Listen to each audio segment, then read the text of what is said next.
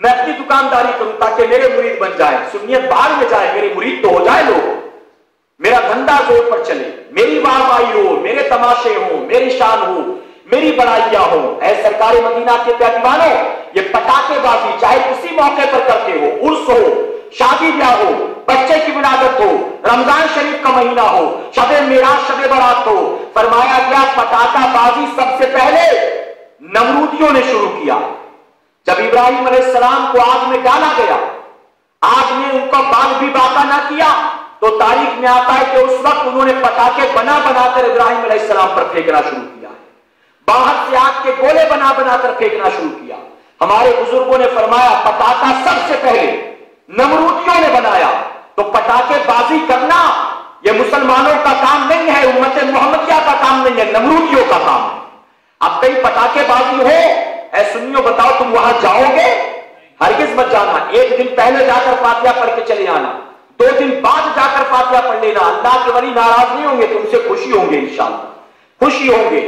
میں بارہا کہتا ہوں، شادی کی دعوت کوئی دے، قبول کرنا میرے نبی کی سنت، قبول کرو، لیکن اگر معلوم ہو کہ وہاں خرافات ہوں گے تو وہاں نہ جانا بھی میرے نبی کی سنت، نہ جانا بھی میرے نبی کی سنت۔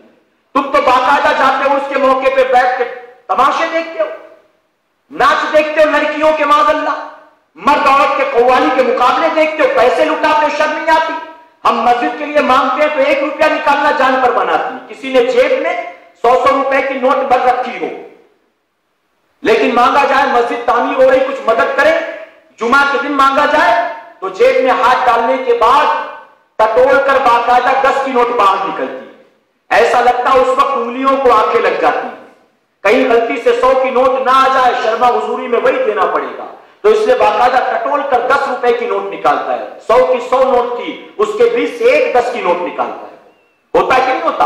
اے مسلمانوں سنو، اپنی نفس پر لاکھوں خرچ کر لو، تمہیں کچھ ملنا ملانا نہیں ہے، اللہ کی راہ میں 1 روپیہ خرچ کرو گے، میرا مولا تمہیں اس کے عوض کتنا دے گا تم اس کا اندازہ بھی نہیں لگا سکتے۔ جنہوں نے حج کیا ہے، جنہوں نے عمرہ کیا ہے، میں ان کو بتاؤں، نہر فرات، آپ جب میدان عرفات کے قریب سے گئے ہوں، میدان عرفات کے قریب ایک نہر کے نشان، اس نہر کو کہتے ہیں نہر زبیدہ۔ آپ تھکے تو نہیں نا؟ بہت غور سے سنیں، ایمان تازہ ہوگا انشاءاللہ، کچھ دین کا جذبہ پیدا ہوگا انشاءاللہ۔ آج آیا ہوں پھر پتہ نہیں کب آؤں، ملاقات ہو نہ ہو، میرے پیارے آقا کے پیغمبر سے کچھ باتیں اور عرض کر دوں گا، اجازت ہے آپ؟ ایک نہر کے نشان جسے کہتے ہیں نہر زبیدہ، بادشاہ ہارون رشید کی بیوی تھی زبیدہ، جو بہت مشہور ہے تاریخ۔ زبیدہ حج کے لیے آئی تو اس نے دیکھا کہ میدان عرفات میں مسلمانوں کو پانی کی بڑی تکلیف، تو اس نے دل میں یہ خواہش پیدا کی کہ میں اپنے ملک سے یہاں تک ایک نہر کھدواؤں، اپنے ملک واپس گئی۔ کہاں کی رہنے والی تھی جانتے؟ ایران کی۔ کہاں ایران، کہاں مکہ۔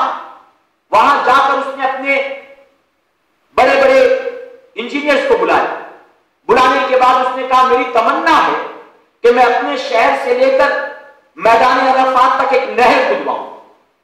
تو انجینئرز نے کہا اس وقت کہ آپ کی جو نیت ہے، اللہ نیت کے عوض آپ کو بہت ثواب عطا فرمائے گا، لیکن یہ کام پریکٹیکلی پاسبل نہیں ہے، یہ نہیں ہو سکتا ہے۔ کہاں ایران، کہاں مکہ، اتنی لمبی چوڑی نہر نہیں کھودی جا سکتی۔ تو اس نے کہا کیوں، وجہ کیا؟ تو انہوں نے کہا بہت پیسہ خرچ ہوگا۔ تو زبیدہ نے کہا ہر کدال کے بدلے اگر 1 سونے کا سکہ بھی دینا پڑے تو زبیدہ خود ہی خرچ کرنے کو تیار ہے۔ 1 پاوڑے کے بدلے 1 سونے کا سکہ خرچ ہوگا، میں کروں گی، لیکن نہر کھدوانی ہے مجھے۔ انہوں نے کہا ٹھیک ہے، نہیں مانتی ہو آپ۔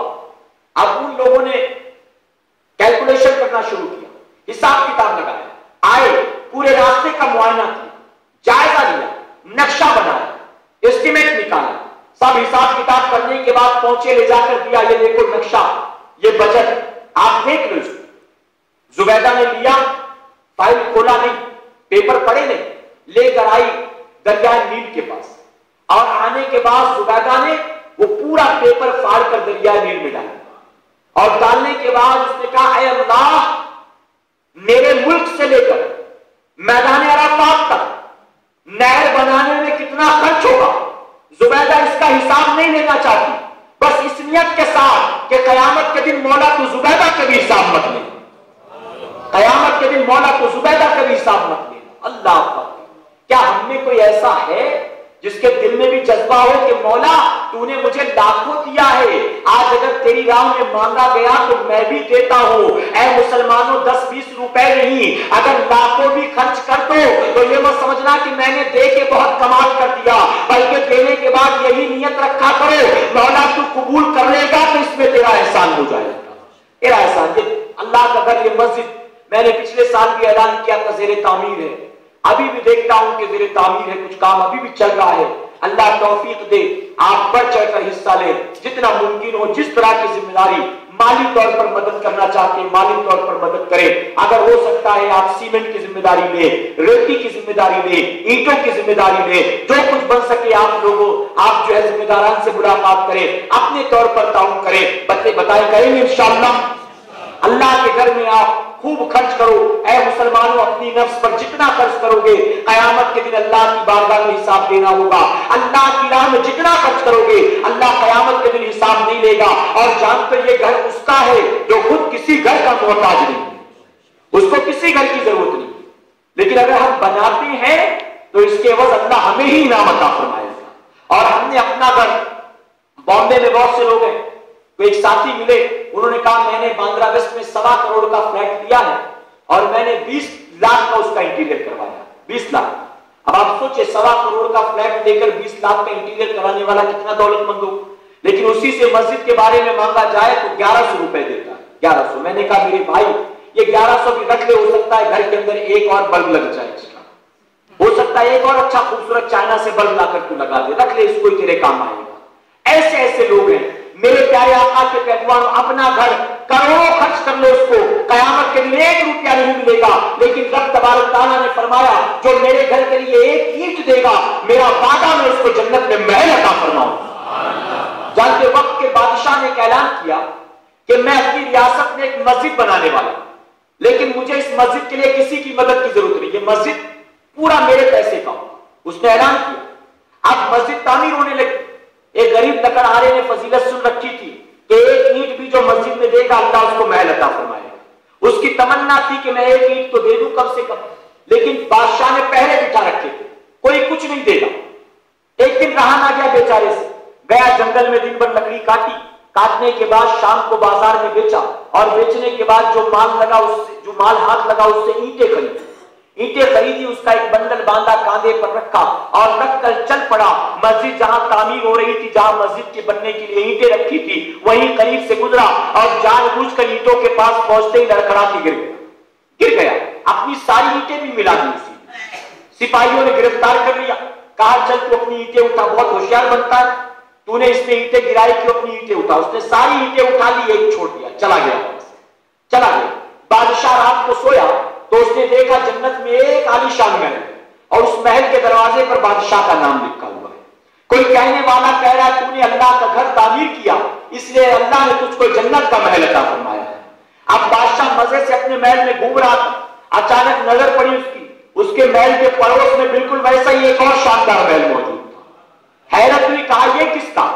تو فرشتوں نے کہا یہ تیرے ریاست میں رہنے والے فلاں غریب لکڑہارے کا محل۔ کہا اس کو کیوں مل گیا؟ تو فرشتوں نے کہا کہ یہ تو اسی سے پوچھ رہا کہ اس کو کیوں ملا۔